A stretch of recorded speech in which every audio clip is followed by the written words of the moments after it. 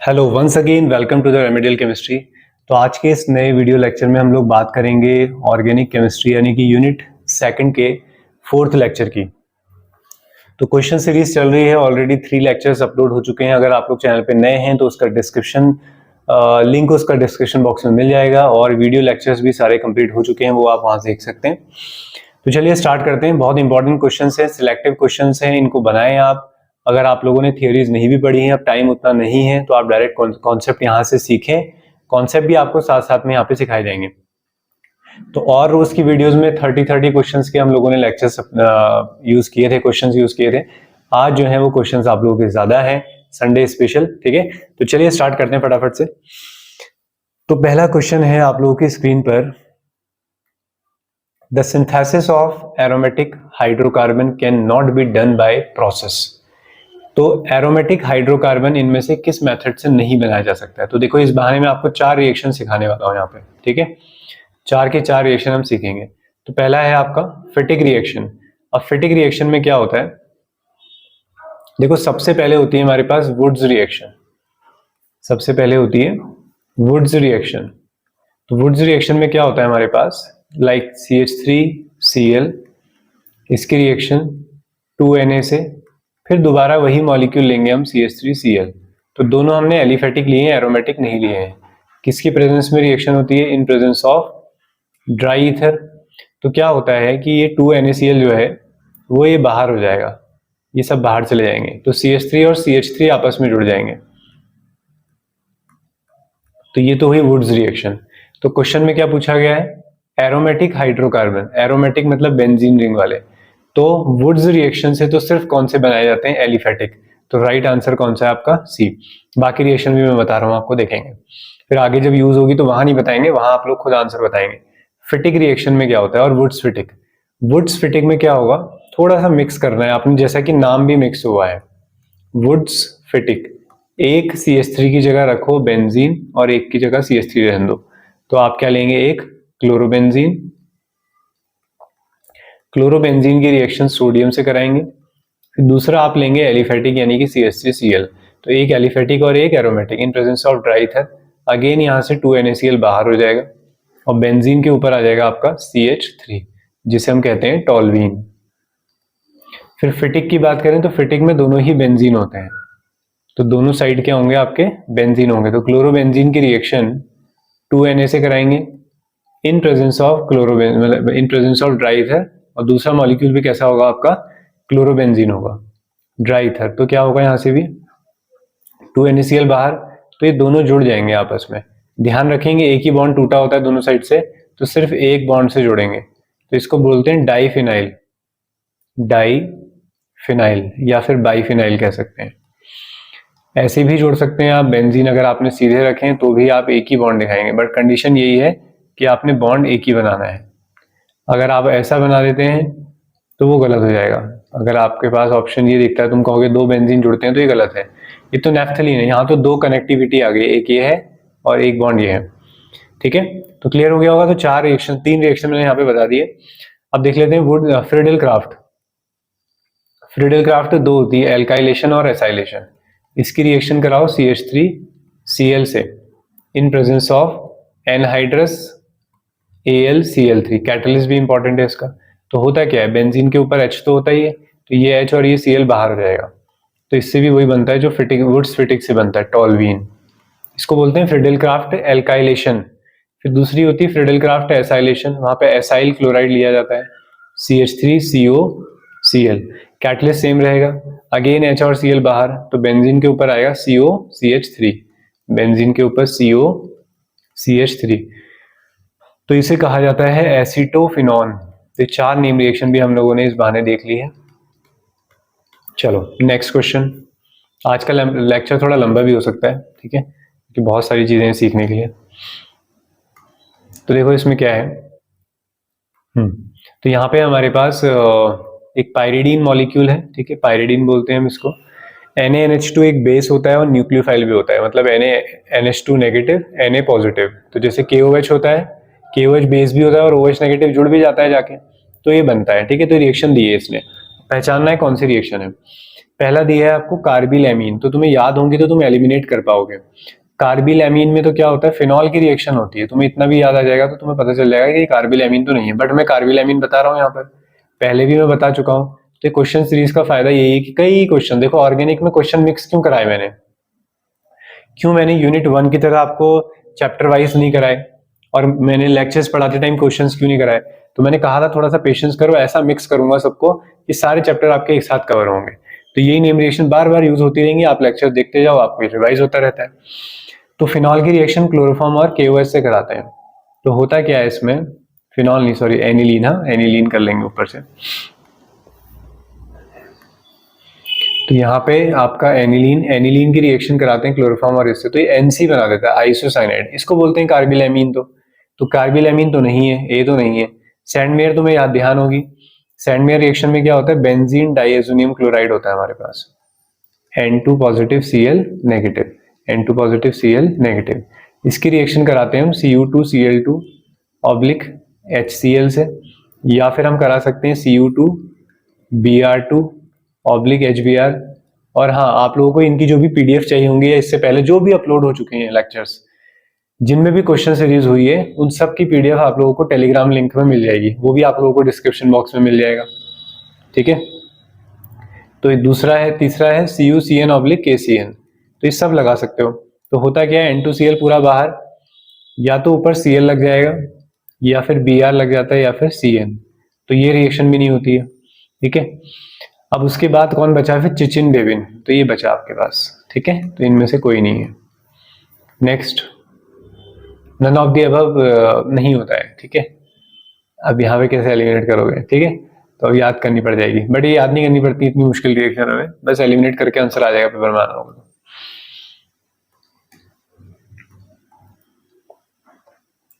Okay, next है which of the following will not give haloform reaction. तो मैंने कई बार बताया है आपको आइडोफॉर्म, हेलोफॉर्म में हेलोजन लगा होता है, आइडोफॉर्म में आई लगा होता है। तो हेलोफॉर्म के लिए कंडीशन यानी कि आइडोफॉर्म के लिए कंडीशन ये होती है कि जिनके पास COCH3 प्रेजेंट होगा वो ये रिएक्शन देंगे, अदरवाइज वो रिएक्शन नहीं होगी।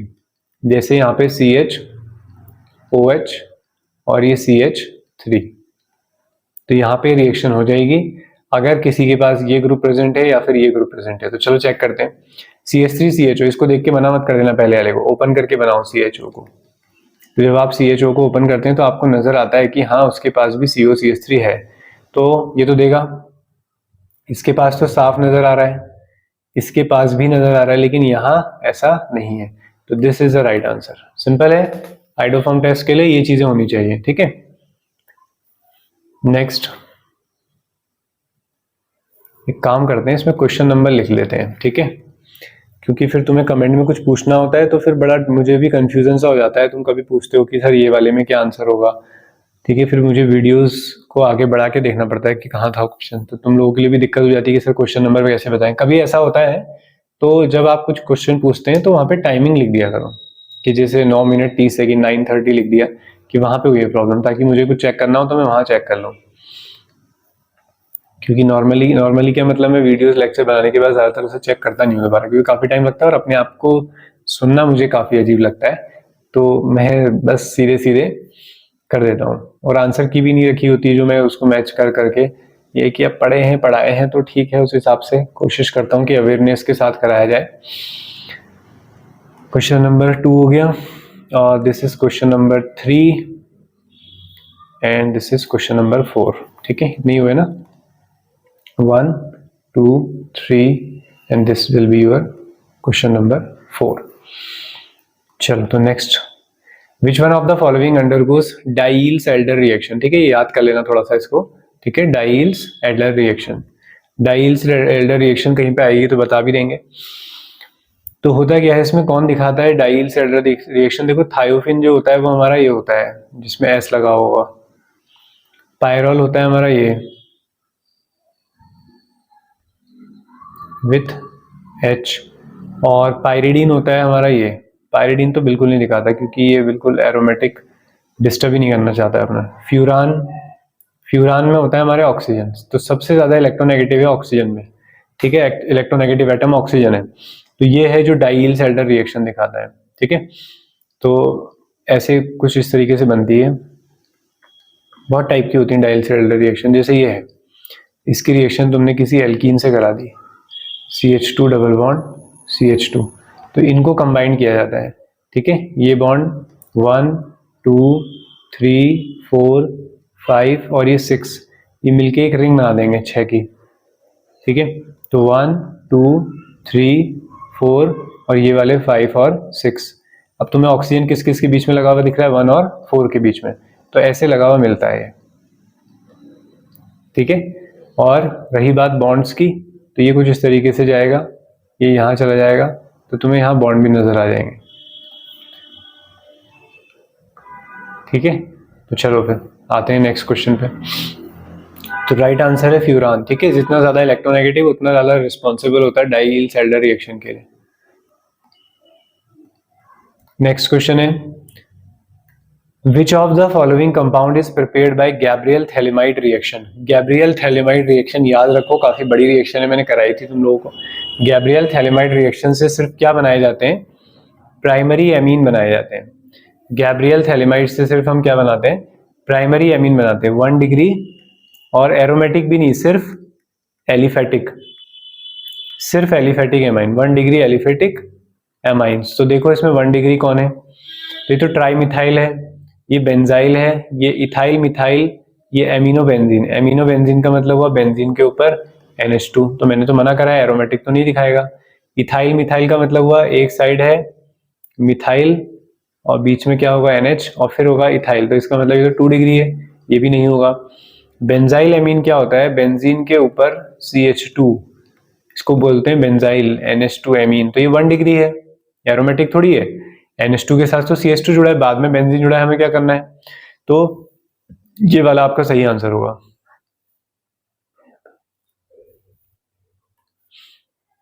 नेक्स्ट है, ठीक है, क्या कह रहे हैं?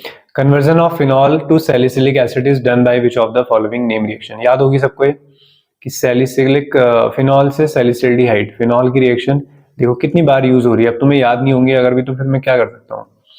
फिनॉल की रिएक्शन क्लोरोफॉर्म प्लस KOH से। ठीक है, लिखो इन्हें बार बार, अगर याद नहीं है तो कॉपी पेन पकड़ो, रिएक्शन को लिखो, सॉल्व करो खुद से, जब तक लिखोगे नहीं याद नहीं होगी। तो इसका काम होता है कि ये ऑर्थो पोजीशन पे, देखो फिनॉल है, उस OH के नेक्स्ट पे ही होता है ऑर्थो, तो यहाँ पे क्या लगा देता है? CHO लगा देता है। तो सैलिसिल्डिहाइड किससे बनता है फिर आपका? रामेटाइमन रिएक्शन से।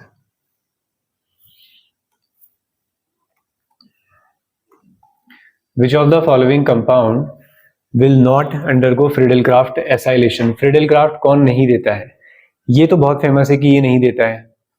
ठीक है, उसके बाद इसमें एक ऑप्शन, अच्छा इसमें ऑप्शंस नेक्स्ट पेज में तो नहीं है, ओ इसके ऑप्शन गायब हो गए। इसमें ऑप्शन ऐसा था, फ्रीडेलक्राफ्ट में कौन कौन नहीं है? एनिलीन नहीं है। ठीक है, एनिलीन जो है वो फ्रीडेलक्राफ्ट में क्या बना देता है? एनिलीनियम सॉल्ट बना देता है, ये भी नहीं देगा फ्रीडेलक्राफ्ट। ठीक है, COH कार्बोनिल बहुत विड्रॉइंग होता है, ये भी नहीं देता, ये तो वैसे ही नहीं देगा, NO2 सबसे ज्यादा विड्रॉइंग ग्रुप होता है।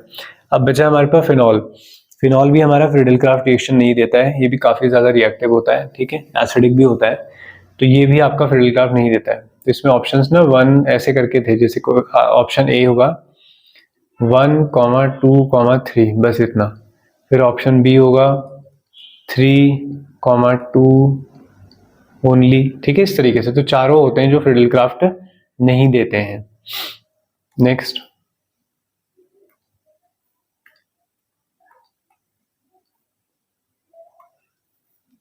तो नेक्स्ट क्वेश्चन है, मैच करना है तुम्हें। हेल-वुल्हार्ड-ज़ेलिंस्की रिएक्शन याद है? हेल-वुल्हार्ड-ज़ेलिंस्की रिएक्शन क्या होती है? इसको अल्फा हेलोजिनेशन बोलते हैं। ठीक लगी हुई है, ठीक है, इसके ऑप्शंस होंगे नेक्स्ट पेज में। क्या बात, ऑप्शंस नहीं रखे हैं मैंने? चलो मैच कर लेते हैं, ये हुआ। अब उसके बाद और कौन सी पता है तुम्हें? फ्रीडेलक्राफ्ट पता है, इसके ऑप्शन मैंने रखने चाहिए थे, ऑप्शन से ही सॉल्व हो रहा था। फ्रीडेलक्राफ्ट रिएक्शन, फ्रीडेलक्राफ्ट क्या होता है? एल्काइलेशन और एसाइलेशन। कहां पर है ये? ठीक है, तो इन दोनों से ही आंसर आ रहा था, एलिमिनेट करना था A का 1, और जो D है, D का आ रहा था तुम्हारा 3rd। तो इन दोनों को देखकर ही आंसर आ रहा था, क्योंकि रिएक्शन लिखने को लिखी होती है सिलेबस में, लेकिन तुम्हें याद करने की जरूरत नहीं होती है। समझ गए मेरी बात? ठीक है, चलो नेक्स्ट। हाँ जी, तो नेक्स्ट में क्या कहा जा रहा है आपसे, तो इस क्वेश्चन में कहा गया है Friedel craft reaction is not given by which one of the following. ठीक है, फ्रीडल क्राफ्ट इनमें से कौन नहीं देता है। तो देखो बेंजीन तो देता ही है, टॉलविन भी देता है, क्योंकि ये सब कैसे होते हैं ओपी डायरेक्टिंग। OCH3 भी देता है, अभी तुमने देखा था NO2, तो NO2 हमारा फ्रीडल क्राफ्ट नहीं देता है। तो कौन सा आंसर हो गया आपका, ये वाला। ठीक है, ये भी नहीं देगा, मतलब ये देगा, ये देगा, आंसर ये नहीं है, तो आंसर क्या है आपका, बी है। क्लियर हुआ। क्वेश्चन नंबर फिर रह गया, क्वेश्चन नंबर डाल देते हैं, एक सेकेंड। क्वेश्चन नंबर 4 था, ये है question number 5, question number 6, question number 7 and question number 8 and the last is question number 8 के बाद आता है 9। ठीक है, और अब है हमारा क्वेश्चन नंबर 10। अब तुम बोल भी तो नहीं सकते हो ना वहां से, sir options, sir question number ये है। ठीक है, ऑफलाइन में तो बस ये सुविधा हो जाती है जरा। Consider the following statement about SN2 reaction. ठीक है, SN2 के बारे में बात चल रही है। तो SN2 रिएक्शन तो क्या होता है, they are biomolecular reaction, they are biomolecular reaction. SN2 तभी तो बोलते हैं सेकंड ऑर्डर, तो बायोमोलिकुलर तो होती है। The proceed with complete inversion of configuration, ये भी पढ़ाया है मैंने, पढ़ा दिए हैं पिछले लेक्चर्स में, करा दिया है। ठीक है, बार बार कराने का कोई मतलब नहीं है। SN2 में इन्वर्जन होता है कंप्लीट। ठीक है, जबकि SN2 में इन्वर्जन होता है, SN1 में क्या होता है, रिटेंशन भी होता है और इन्वर्जन भी। ठीक है, they involve the formation of intermediate, intermediate भी बनता है। No arrangement is involve in them, कोई no rearrangement is involve in them, तो रीअरेंजमेंट तो कोई नहीं होता है यहाँ पर। तो बायोमोलिकुलर है, बिल्कुल सही है। इन्वर्जन होता है, बिल्कुल सही है। Involve the formation of intermediate, intermediate नहीं बनता वैसे, इसमें ट्रांजिशन स्टेट बनती है। ठीक है, इंटरमीडिएट नहीं बनेगा। तो ऑप्शंस क्या होंगे इसमें बताओ फिर, क्या आंसर होना चाहिए इसका। थोड़ा सा ऊपर कर देते हैं इसको। तो थर्ड नहीं है अगर इसमें, तो 1, 2 और 4, 1 to 4 लास्ट वाला ऑप्शन है। ठीक है, नेक्स्ट। तो नेक्स्ट क्वेश्चन है हमारा C6H5CH2, ये कुछ बड़ी सी रिएक्शन दी हुई है, यहाँ पे क्षार यानी कि बेस रखा है। तो इसको पहचानना है कौन सी, नोविंगल है, रिविटिक है, एल्डोल है, कैनिजारो। मुझे लगता है ये सारी रिएक्शन तुम जानते हो। ठीक है, कैनिजारो में क्या होता है, ये एल्डिहाइड देते हैं, ऐसे एल्डिहाइड जिनके पास अल्फा हाइड्रोजन नहीं होता है। अब ऊपर भी ऐसे ही एल्डिहाइड है। इसमें क्या होता है, एक का रिडक्शन एक का ऑक्सीडेशन, यानी कि एक CHO किसमें बदल जाता है, CH2O में, CH2OH में, और एक का होता है ऑक्सीडेशन एक मॉलिक्यूल का, तो CHO बन जाता है COONA, NaOH की प्रेजेंस में होती है भी। एल्डोल में क्या होता है, एल्डोल में इसका रिवर्स होता है कैनिजारो का। इसमें हमें ऐसे एल्डिहाइड लेने होते हैं जिनके पास अल्फा हाइड्रोजन हो, जैसे CH3CHO, इसका नेक्स्ट कार्बन अल्फा, इस पे H है, तो एल्डोल तो नहीं है क्योंकि C6H5CHO है। विटिक रिएक्शन में क्या होता है, इसमें PPH3 वगैरह रखते हैं, इसमें बेसिकली Br या Cl लगाने का काम होता है। तो ये भी नहीं है, तो कौन सी होती है, नोविंगल रिएक्शन, नोविंगल रिएक्शन कहा जाता है। तो होता है क्या, बेस इसमें से एक H ले लेता है, तो ये नेगेटिव बन जाता है, ये अटैक करता है, तो रिएक्शन पे नहीं जा रहे हैं, फिर ज्यादा एक्स्ट्रा हो जाएगा। फिर से आगे, which one of the following will give a positive iodoform test, बताओ जल्दी बताओ, क्या होना चाहिए, मिथाइल कीटोन COCH3 होना चाहिए, या फिर ऐसा अल्कोहल हो जिसके पास ये ग्रुप प्रेजेंट हो। तो मिथेनॉल में तो ऐसा नहीं होगा। ठीक है, क्या यहाँ होगा, सेकंड वाले में पहला भी नहीं है, सेकंड में भी नहीं है, इसमें है, इसमें है, देखो ये CHOH CH3। ठीक है, तो this will be your right answer.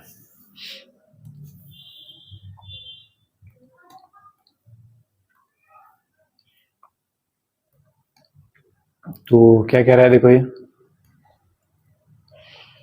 तो क्वेश्चन है हमारे पास, which of the following rule is applicable in the obtaining more stable alkene from dehydrohydrogenation from alkyl halide. तो कौन सा रूल बताता है एल्कीन स्टेबल होगी, ज्यादा स्टेबल, कम स्टेबल। तो सेटजेफ वाला प्रोडक्ट ज्यादा स्टेबल होता है, हॉफमैन आपका माइनर होता है। ठीक है, मार्कोनिकॉफ जानते ही हो, एडिशन ऑफ HBr और पॉपऑफ रूल, पी एक और पी आता है इसमें। पॉपऑफ रूल जो होता है वो एसिडिक एसिड वाले कंपाउंड्स में लगता है, ठीक है।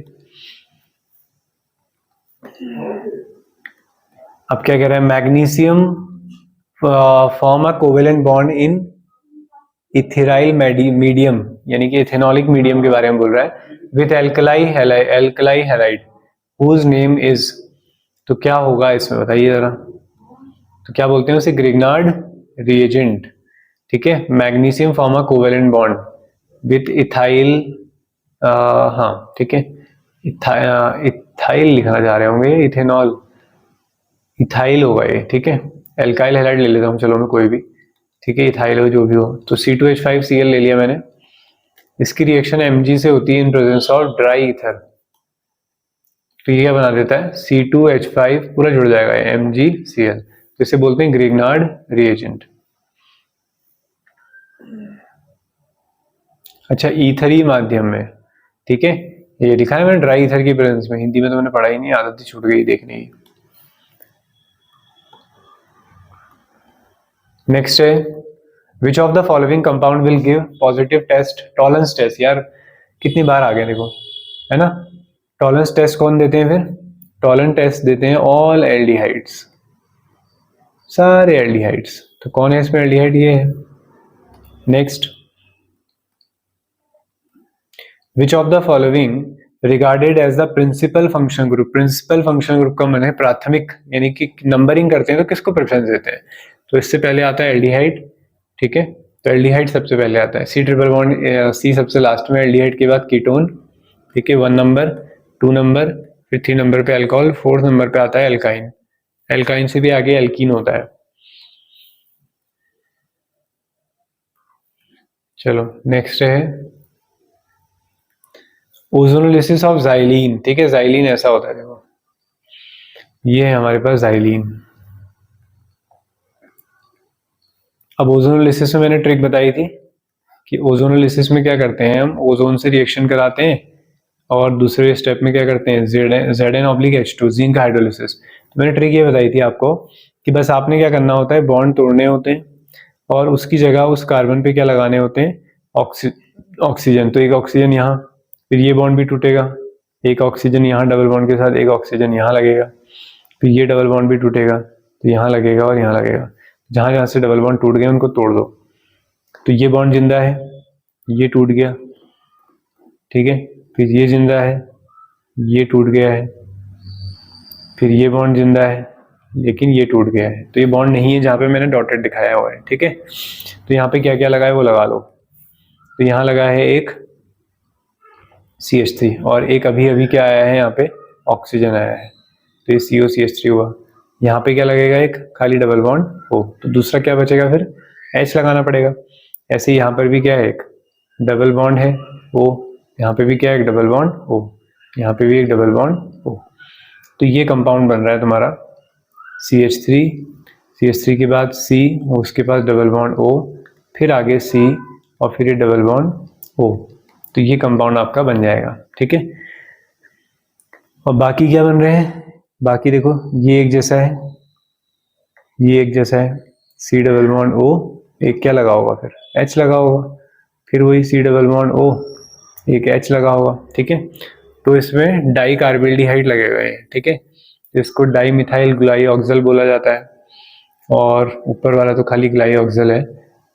तो डाई मिथाइल ग्लाइऑक्सल यानी कि C बन रहा है, ठीक है। फिर भी एक बार कंफर्म कर लेना, इसका आंसर यही होगा जहां तक है। क्वेश्चन मैंने बता दिया है, ठीक है। नाम देख लेना अगर थोड़ा सा डाउट होगा, ठीक है। उतना क्लियर ध्यान नहीं आ रहा मुझे, नाम यही होगा जहां तक, फिर भी देख लेना। रिएक्शन मैंने बता दी, प्रोडक्ट सब सही है, एक प्रोडक्ट ये बन रहा है और 2 प्रोडक्ट ये बनेंगे। चलो नेक्स्ट क्वेश्चन नंबर फिर रह गए, ठीक है। 9 के बाद नहीं डाले हमने नंबर, 9 के बाद आ गया हमारे पास क्वेश्चन नंबर 10 और फिर ये आ गया 11, फिर ये आ गया आपका 12 और ये आ गया प्यारे बच्चों 13 और ये आ गया आपका 14 और ये आ गया 15 और ये है 16 देन 17, हाँ थोड़ा वीडियो भगा सकते हो। चलो रुक जाओ। अरे अरे भाई कहाँ चले गए, रुक जाओ रुक जाओ। पहुंच गए, चलो। कौन सा क्वेश्चन नंबर था? 17। तो अब है 18। Identify the compound. ये रिएक्शन मैंने पिछले लेक्चर में भी बताई थी आप लोगों को, ठीक है। ये थोड़ा सा ज़्यादा ही पुराना क्वेश्चन है, इसको थोड़ा सा इग्नोर कर लेंगे, ठीक है। ईयर नहीं देखना है तुम्हें, ठीक है। कभी कहोगे सर यहाँ के क्वेश्चन हैं हमारे तो टफ हो जाएंगे। अरे मुझे पता है कौन से कराने कौन से नहीं कराने तुम्हें, ठीक है। चलो तो क्या करते हैं हम इसमें, लास्ट लेक्चर में भी कराई है मैंने रिएक्शन ये।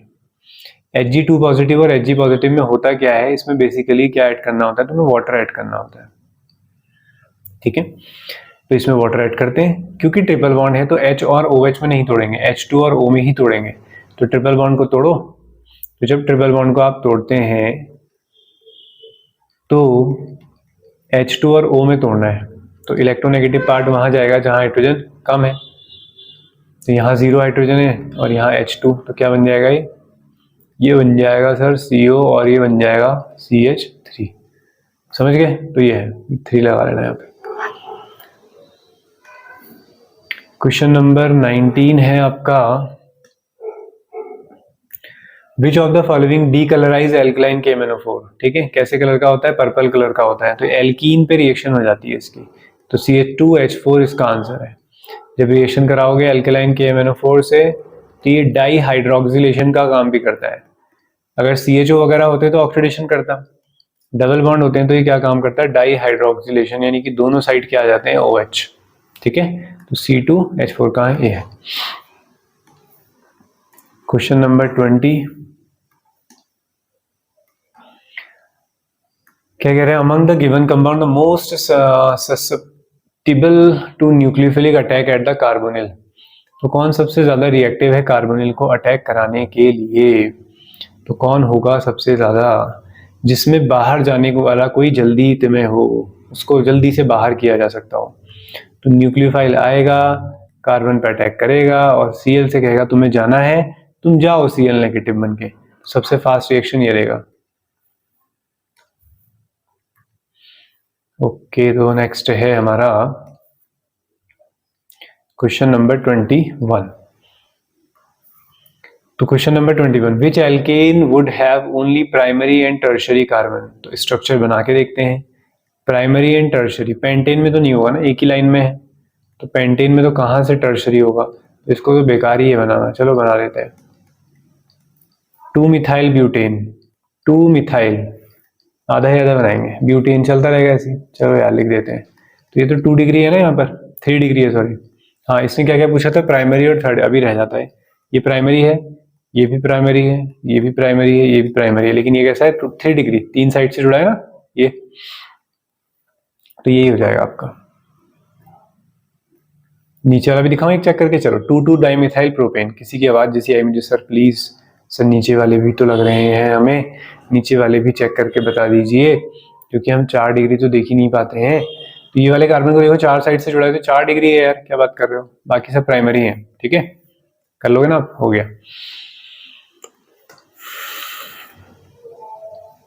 चलो क्या होगा इसमें? N2BF4 नेगेटिव को हीट किया तो फ्लोरोबेंजीन बन गया। इस रिएक्शन को बोलते हैं बर्लशिमेन। N2Cl वाली होती थी सैंडवेयर। हॉफमैन ब्रोमाइड ब्रोमामाइड रिएक्शन में होता है RCONH2 से। बार्टन रिएक्शन तो मुझे भी ध्यान नहीं है अभी, जरूरत भी नहीं है, जो आ रही है वो बन जाएंगे। अब क्या है? COH Br2 oblique FeBr3। अब देखो COH जो होता है वो तो मेटा डायरेक्टिंग होता है, और ये कैसा होता है? OP डायरेक्टिंग होता है। अब किसकी सुने? तो मिलजुल कर सरकार बनाई जाए कि ऊपर वाले का मेटा भी हो जाए और नीचे वाले का ऑर्थो या पैरा में से कोई एक तो हो जाए। पैरा में तो आ नहीं सकता, CH3 के पैरा में तो COH बैठा है, तो यहाँ पे लगेगा कौन? Br, जिससे वो CH3 के ऑर्थो पे भी रहेगा और इसके मेटा पे भी रहेगा।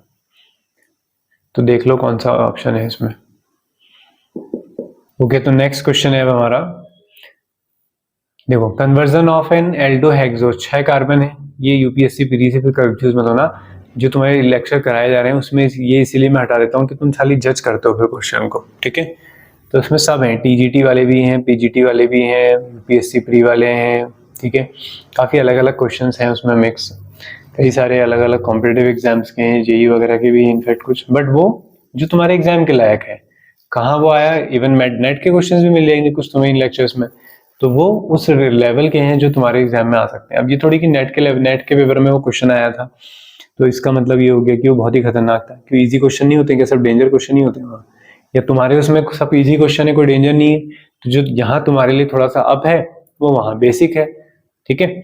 तो एल्डो हेक्सोस से क्या बनाना है हमें, एल्डो पेंटोस, कार्बन को कम करना है, तो हॉफमैन डिग्रेडेशन, देखो डिग्रेड करना मतलब निम्नीकरण करना, कोई बढ़ाएगा भी तो यही बढ़ाएगा, ठीक है, और ये होती है कार्बन बढ़ाने वाली मेथड, किलानी फिशर सिंथेसिस। चलो नेक्स्ट, तो कार्बोहाइड्रेट्स के क्वेश्चन हैं अब इसमें कुछ। Bromine water oxidise, bromine water oxidise किसको ऑक्सीडाइज करता है, अरे मैंने बेंजीन बना दिया, ग्लूकोज को, किसको ऑक्सीडाइज करता है, ग्लूकोज को। ग्लूकोज में कौन सा ग्रुप होता है, CHO ग्रुप होता है, तो ये CHO को किसमें बदल देता है, COOH में, ब्रोमीन वाटर, ठीक है। ब्रोमीन वाटर जो होता है ब्राउन कलर का होता है, तो ग्लूकोज एंड फ्रक्टोज, और ग्लूकोज ओनली, ठीक है, क्योंकि फ्रक्टोज में कीटोन होता है, कीटोन ये टेस्ट नहीं देते हैं, तो उस टेस्ट से, उस रिएक्शन से हम पता लगाते हैं कि उसमें एल्डिहाइड ग्रुप प्रेजेंट है। On heating glucose with Fehling solution a precipitate is obtained, तो फेलिंग सॉल्यूशन जो है कैसा पीपीटी बनाता है, रेड पीपीटी बनाता है, किसका पीपीटी बनाता है, Cu2O का।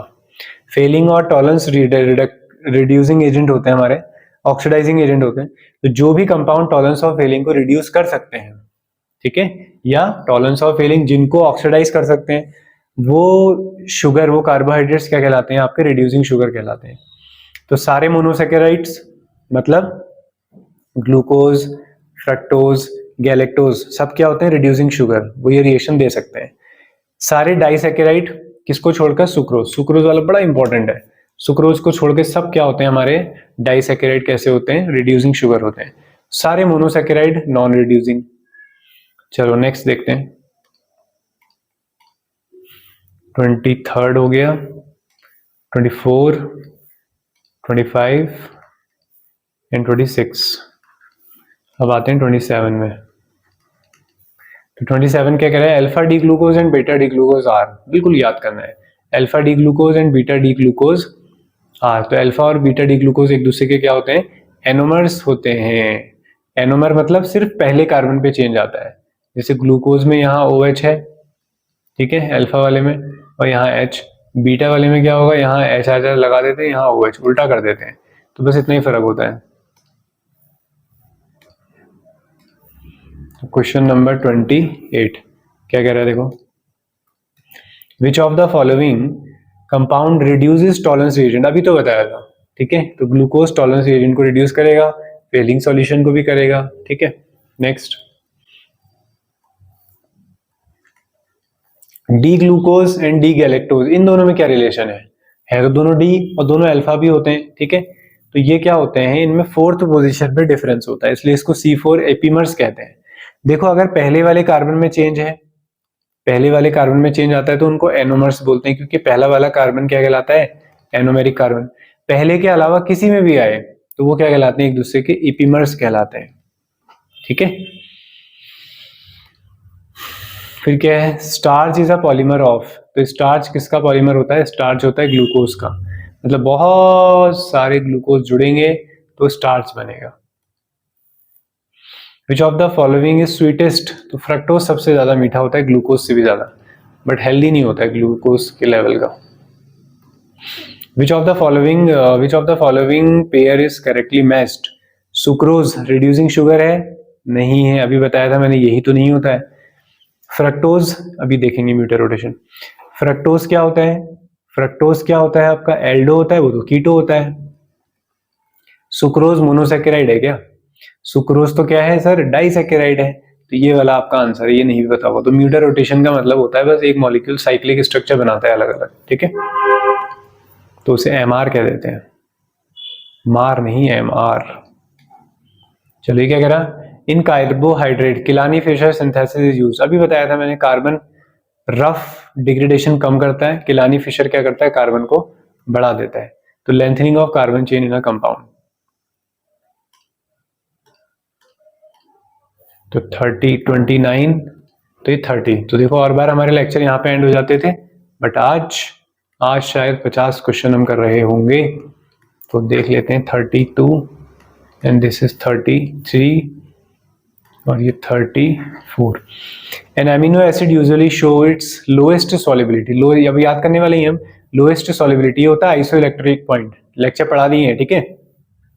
आइसोइलेक्ट्रिक पॉइंट, ठीक है। बायो वाले हो आप तो क्वेश्चन थोड़े ठीक लगेंगे, कुछ कार्बोहाइड्रेट वाले और एमिनो एसिड वाले चैप्टर के हो। विच one of the following statement not is true? A protein is precipitated most easily radially at its isoelectric point. और ये फोर्थ वाला ऑप्शन पढ़ो, देखते पहचान लोगे। The biological activity of protein is not lost during denaturation of protein. Not true ना, हाँ। तो डीनेचुरेशन का मतलब ही क्या होता है? उसका रियल नेचर जो है वो खत्म हो जाए, ठीक है। इसका क्या एग्जांपल है? जैसे मुर्गी ने अंडा दिया, अब वो मुर्गी के पास रहता तो चूजा निकल सकता था, उस प्रोटीन का एक्चुअल फंक्शन काम कर सकता था, लेकिन तुमने उसको उबाल दिया, अब वो प्रोटीन बदल जाएगा। ऐसे ही आपको दूध से तो प्रोटीन मिल रहा था, लेकिन दही से प्रोटीन थोड़ी मिलता है जो मिल्क से मिलता है, लेकिन वो कन्वर्ट ही तो हुआ है। तो दूध को आपने पनीर बना दिया, दही बना दिया, तो वो एक अलग चीज हो गई, अब मिल्क अलग चीज है। तो डीनेचुरेशन ऑफ प्रोटीन से बायोलॉजिकल एक्टिविटी चेंज हो जाती है, ये कह रहा नहीं होती है लॉस्ट, ठीक है। और ऑप्शन तुम्हें समझ में आए तो पढ़ लेना। ओके, तो नेक्स्ट क्वेश्चन पे आते हैं। तो नेक्स्ट क्वेश्चन है हमारे पास, क्या कह रहा है देखो।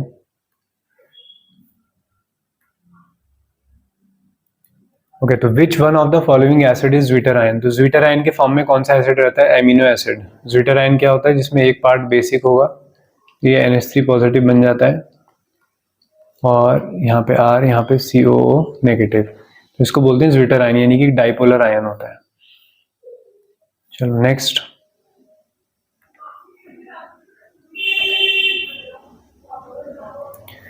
तो natural rubber is a polymer of. तो नेचुरल रबर किसका पॉलीमर होता है? नेचुरल रबर होता है आइसोप्रिन का पॉलीमर, आइसोप्रिन। नेक्स्ट। ओके, तो नेक्स्ट क्वेश्चन है हमारा, preparation of nylon from hexamethylene diamine and adipic acid. Adipic acid और हेक्सामिथाइलिन डाइएमीन से नायलॉन बनाते हैं। नायलॉन बनाने की रिएक्शन भी अभी करा देंगे, तो इसको बोलते हैं कंडेंसेशन पॉलीमराइजेशन, ठीक है। कैसे होता है देखो। तो हेक्सामिथाइलिन डाइएमीन, तो डाइएमीन मतलब NH2, हेक्सामिथाइलिन मतलब 6 CH2 लगेंगे बीच में, और फिर दोबारा से NH2। एडिपिक एसिड क्या होता है? COOH होते हैं इसमें ऊपर नीचे, इसमें भी टोटल 6 कार्बन होते हैं। इस तरीके से 2 COH में हो जाते हैं और CH2 4 होते हैं, तो इन दोनों की रिएक्शन करा दो, तो होगा क्या? यहाँ से OH और यहाँ से एक H चला जाएगा,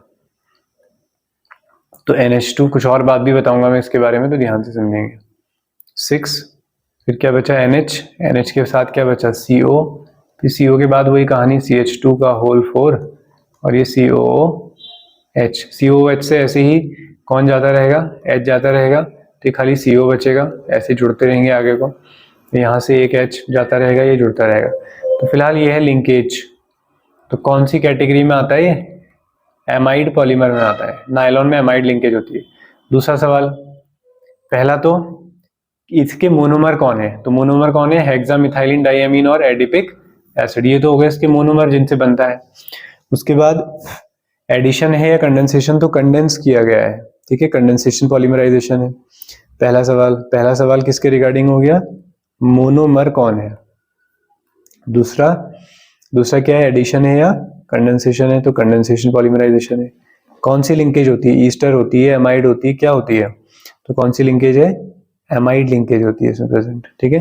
कार्बन इसमें 6 क्यों बोलते हैं? नायलॉन 6 से पहले वाले मोनोमर में भी 6 कार्बन है, दूसरे वाले में भी टोटल कार्बन कितने हैं? 6, इसलिए नाम पड़ गया इसका 6। नेक्स्ट। ओके, तो नेक्स्ट क्वेश्चन है हमारा ब्यूना एस। ब्यूना मतलब ब्यूटाडाइन, Na मतलब सोडियम, S मतलब स्टायरीन। तो कौन कितना होता है इसमें? ब्यूटाडाइन कितना होता है, स्टायरीन कितना होता है? ब्यूटाडाइन होता है इसमें 75% और स्टायरीन होता है आपका 25%। दिखाऊं इसको? चलो फिर। तो ब्यूटाडाइन तो ये हो गया, ब्यूटाडाइन 1,3 ब्यूटाडाइन बोलते हैं बेसिकली इसे। तो butadiene CH2 double bond CH single bond CH double bond CH2, तो ये तो हमारा ब्यूटाडाइन। स्टायरीन होता है बेंजीन के ऊपर CH फिर डबल बॉन्ड CH2, इन दोनों को ऐड करके बनाया जाता है। Next, bakelite is obtained from phenol and formaldehyde. Very very important. Bakelite जो होता है हमारा और मेलामाइन, ये क्रॉस लिंक्ड पॉलीमर के एग्जांपल होते हैं, जो कि बहुत कम होते हैं cross linked polymer.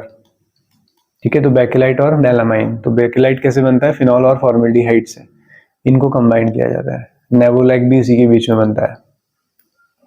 Keto enol tautomerization is observed. Keto enol, तो इसमें क्या होता है, देखो मैं बना के दिखाता हूँ तुम्हें। ये लास्ट वाले एग्जांपल को देखो, CH2 है यहाँ पे, इसमें बेस हम डालते हैं। ठीक है, तो होता क्या है कि यहाँ से हम बेस भी क्यों डालेंगे, हम अरेंज करेंगे इसको। देखो C6H5 C double bond O, इसमें C डबल बॉन्ड O के नेक्स्ट पे ना वो जरूरी है, हाइड्रोजन होना जरूरी होता है, बेंजीन वगैरह नहीं होना चाहिए।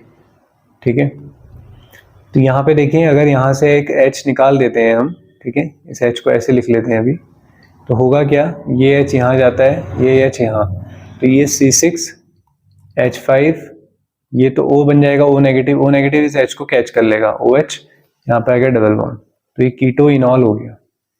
ठीक है, और क्या बचा यहाँ पे बचा है CH, फिर ये C double bond O CH, तो ये कीटो और ये इनॉल।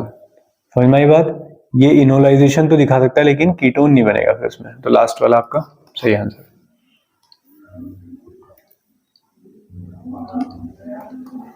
तो नेक्स्ट क्वेश्चन क्या कह रहा है, which of the following compound exhibits geometrical isomer. Cis trans कौन बना सकता है? तो 1,2 डाइक्लोरोमीथेन बना के देखते हैं, इथीन सॉरी 1,2 डाइक्लोरोइथीन, फिर मैंने CH2 लिख दिया। ठीक है, एक H कम कर लेना, यहाँ Cl लगेंगे, तो C डबल बॉन्ड C, यहाँ लगा दो H, यहाँ लगा दो Cl, ऐसे ही यहाँ Cl लगा दो, यहाँ H, तो ये ट्रांस बन गए। सिस भी बना सकते हैं। ठीक है, तो नॉट पूछा है क्या, कौन शो करता है ना, तो यही करता है बस। तो फिलहाल यहाँ पे हम लोग लेक्चर को एंड करते हैं। ठीक है, कुछ क्वेश्चंस इसमें आगे भी हैं इस लेक्चर के अंदर भी, बट ये है कि उसको हम नेक्स्ट लेक्चर में ही इंक्लूड कर लेंगे, क्योंकि अब जो है वो आइसोमेरिज्म के क्वेश्चन और आइसोमेरिज्म के क्वेश्चन तुम्हें ज्यादा कराने हैं, जिसमें E और Z भी सिखा दूंगा मैं, RS भी सिखा दूंगा, सिस ट्रांस भी सिखा देंगे, ऑप्टिकल आइसोमर, ज्योमेट्रिकल आइसोमर सब उसमें सीख लेंगे, कन्फॉर्मर भी आ जाएंगे। तो प्रोबेबली वो लेक्चर जो एक तरह से पूरा आइसोमेरिज्म पे ही बेस्ड होगा। ठीक है, फिर ज्यादा क्वेश्चंस बचे नहीं है, अब हम लोगों ने चैप्टर्स देख ही लिए हैं, जो थोड़े बहुत और बचेंगे उनको हम कर लेंगे। फिर क्वेश्चन सीरीज जो है वो थोड़ा मिक्स करना शुरू कर देंगे, मिक्स आएंगे। ठीक है, तो फटाफट से आप लोग इन चीजों को बना लें, और जो भी क्वेश्चंस आप लोगों ने लिखने हैं या कुछ रिएक्शंस वगैरह होती है उनको लिख लिया करो। जैसे मैंने कहा रिएक्शन तो इंपॉर्टेंट ही है, बहुत जगह यूज करा रहा हूँ ना मैं, तो तुम एक जगह लिख के याद कर लो। तो चलो मिलते हैं नेक्स्ट लेक्चर में, और कमेंट करके फीडबैक जरूर दे दिया करो अपने।